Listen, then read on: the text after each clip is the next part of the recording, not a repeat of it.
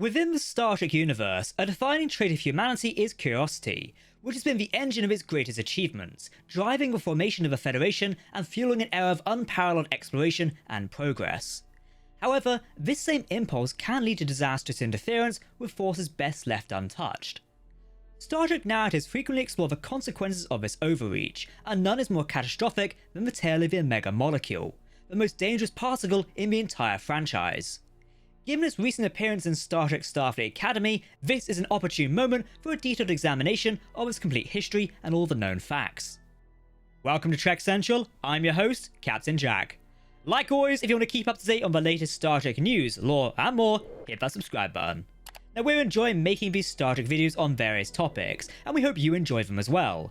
If you do want to support the development of the videos and also keep the Trek Central channel running, then please consider becoming a patron via the link below. As always, please do let us know your thoughts in the comment section below, because if you're talking about Star Trek, we want to hear about it. Okay, engage. Today's Star Trek video is brought to you by Trek Central's partner website, the Cargo Bay. This is your ultimate destination for Star Trek merchandise, like the brand new Nacelle Company action figures, featuring Sulu, Jellicoe, Tuvix, and more. The Cargo Bay also has a range of Star Trek themed PC accessories, like Klingon keyboards, mousepads, and even limited edition Star Trek Starship models. If you're into Star Trek collectibles, head to the Cargo Bay via the link in the description, and start exploring. Right, let's get back to Trek. The Omega Molecule is a rare particle of uncertain composition that naturally generates enormous amounts of power, more than any other substance or reaction in the known universe. More energy was packed into each individual molecule than could be generated by the average starship's warp core, and just a small chain of molecules were theoretically capable of powering an entire civilization almost indefinitely. Unfortunately, Omega molecules are also exceptionally unstable. Within a fraction of a second of coming into being, the particles would violently destabilize, to the misfortune of anything in close proximity. This caused a powerful explosion, but more importantly, it created massive subspace ruptures around the detonation site, which extended out for light years in all directions. These ruptures severely distorted the fabric of subspace across a broad area, rendering subspace technologies inoperable. This did include the two technologies that were the foundation of virtually all interstellar civilizations.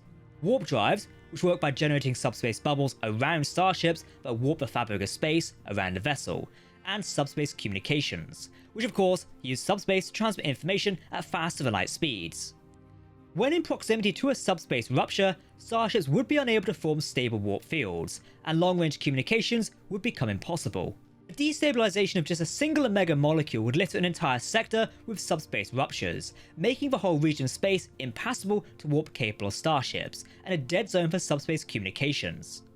A chain reaction involving a large number of Omega molecules could potentially cause subspace ruptures to spread across the entire quadrant, or even a whole galaxy. This would mean the end of interstellar civilizations, as starships would be unable to travel at faster than light speeds, and communication between different star systems would essentially become impossible. Fortunately for civilization as we know it, Omega molecules didn't exist naturally, at least not in the present day. Federation scientists hypothesized that Omega molecules had come into existence naturally at the beginning of time, and they had powered the Big Bang, but it's unknown if there were any merit to the idea. However, Omega molecules could be synthesized from boronite ore, which is where the real trouble with them began. Several species across the galaxy, most notably in the Delta Quadrant, were aware of the Omega molecules, and some attempted to synthesize them, often to their own misfortune. The Borg had records of several species who were aware of the Omega molecule, but often only in a distorted, mythical form. One such species believed that the particles were drops of their creator god's blood, while another described it as a substance that could burn the sky. The Borg had an obsession with the Omega molecule, seeing it as a flawless form of matter, and repeatedly attempted to stabilize it to harness it for their own ends. The Borg's experiments on what they called Particle 010 led to the destruction of 29 Borg vessels and over 600,000 drones, all sacrificed in pursuit of a way to assimilate the Omega molecule. Eventually, the Borg developed a kind of harmonic resonance chamber that could theoretically do the job, but by that point they had exhausted their sources of boronite and were unable to synthesize more particles until they found more. The Federation, meanwhile, discovered the Omega molecule in the late 23rd century. After its researchers synthesized the molecule, and it promptly destabilized, the space station where the research on Omega was being conducted was severely damaged, and the entire Lantaru sector was made impassable to warp-capable ships due to subspace ruptures.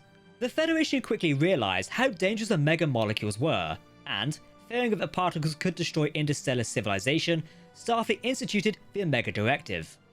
This directive superseded all other Starfleet rules and regulations, including the Prime Directive, and its goal was to eradicate the Omega molecule from the known universe. If a Starfleet vessel detected an Omega molecule, its commanding officer was required to report it to Starfleet Command, which would dispatch teams to destroy the molecule by any means necessary. The Omega Directive was highly classified, and the mere existence of a Omega molecule was kept as a closely guarded secret by Starfleet, and only Starfleet captains, flag officers, and the specialists trained for Omega containment were even allowed to know about it. When a Starfleet vessel detected an Omega molecule, all crew would automatically be locked out of all computer systems, and the ship's engines would disengage. Only the ship's captain could unlock these systems after inputting the proper codes, following which they would be given access to the sensor readouts concerning the particles, and instructed by the ship's computer to alert Starfleet Command. Currently, the only known activation of the Omega Directive happened in 2374, when the Intrepid-class USS Voyager encountered a species that managed to create and stabilize 200 million Omega molecules, using specialized containment fields, which were then tuned to the molecule's own frequency. Voyager's Captain Catherine Janeway was forced to come up with a solution to this crisis, in the making of her own, as Voyager was deep in the Delta Quadrant and cut off from command at the time. Janeway chose to share information concerning the particles with her senior staff, including 7 of 9, who was able to use the results from the Borg's research on the particles to find out a way to destroy them. Voyager ultimately destroyed the Omega molecules before they could destabilize on their own and spread subspace ruptures across the entire Delta Quadrant. It's unknown how long Starfleet kept the Omega Directive in place, but eventually, it seems curiosity seems to have gotten the better of the Federation researchers once again. By the 32nd century, the Omega Directive was apparently no longer in place. The existence and nature of Omega molecules was common knowledge, and Federation scientists had gone back to experimenting with them again. This time around, Federation scientists were able to stabilize the particles indefinitely, succeeding where even the Borg had failed. They created a variant of the standard Omega molecule known as Omega-47, which could be kept within Rubin particles and gluons.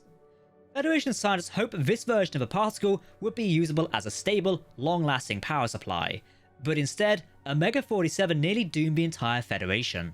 In 3195, the pirate empire known as the Vanari Roll were able to seize a Federation supply of Omega-47 in a raid on Starbase J-19 Alpha, as well as classified technologies that the Vanari Roll used to weaponize the particles. They created Omega-47 mines, each carrying a single molecule of Omega-47, which could be remotely destabilized. Since Omega-47 destabilized in the same way as ordinary Omega molecules, the detonation of one of these mines would destroy subspace across an entire sector. The Vanari began planting these mines along the Federation's borders, creating a massive bubble of mines that isolated the Federation from the rest of known space. The Syndicate's leader, Nusbraka, planned to detonate the mines permanently to cut the Federation off from the rest of the universe, effectively sentencing it to death by stagnation. This would also prevent the Federation from involving itself in the affairs of other civilizations beyond its own borders, allowing the Vanari Roll to rule unchallenged. Fortunately, this scheme was stopped at the 11th hour. Aboard Starfleet Academy's USS Athena, the Doctor, who was originally a part of the USS Voyager's crew, determined that Omega-47 within the mines could be stabilized by ordering each mine to alter the Rubin particle concentration around each molecule, until the molecule was rendered inert. Cadet Sam was able to determine the necessary concentrations and transmit the disarming signal across the minefield, just before Brackett attempted to activate it, narrowly saving the Federation and its neighbours. It's yet to be seen what became of the Federation's Omega molecule experiments after this latest incident. For the sake of pretty much everyone in the Alpha Quadrant and beyond, we hope that they've now learned that lesson once again. Basically, when playing with fire, you're likely to get burned, no matter how careful you think you're being. Red alert! For Star Trek starships, action figures, and collectibles, check out our partner site, the Cargo Bay, now docked and ready. You'll find several of the starships featured in today's video available on the Cargo Bay's website. Hit the link in the description and explore. So that's a look at the Omega molecule, arguably the most dangerous particle in the Star Trek universe. If you want to keep up to date on the latest Star Trek news, lore, and more, then make sure to hit that subscribe button to never miss a video from the team here at Trek Central. You can also follow us on social media or join our community Discord server. A big thank you to everyone who has supported us on Patreon, Your support allows us to continue making these Galaxy-class videos. For now, I've been Captain Jack, thanks for watching, and we'll see you next time. Live long and prosper, my friends. Goodbye.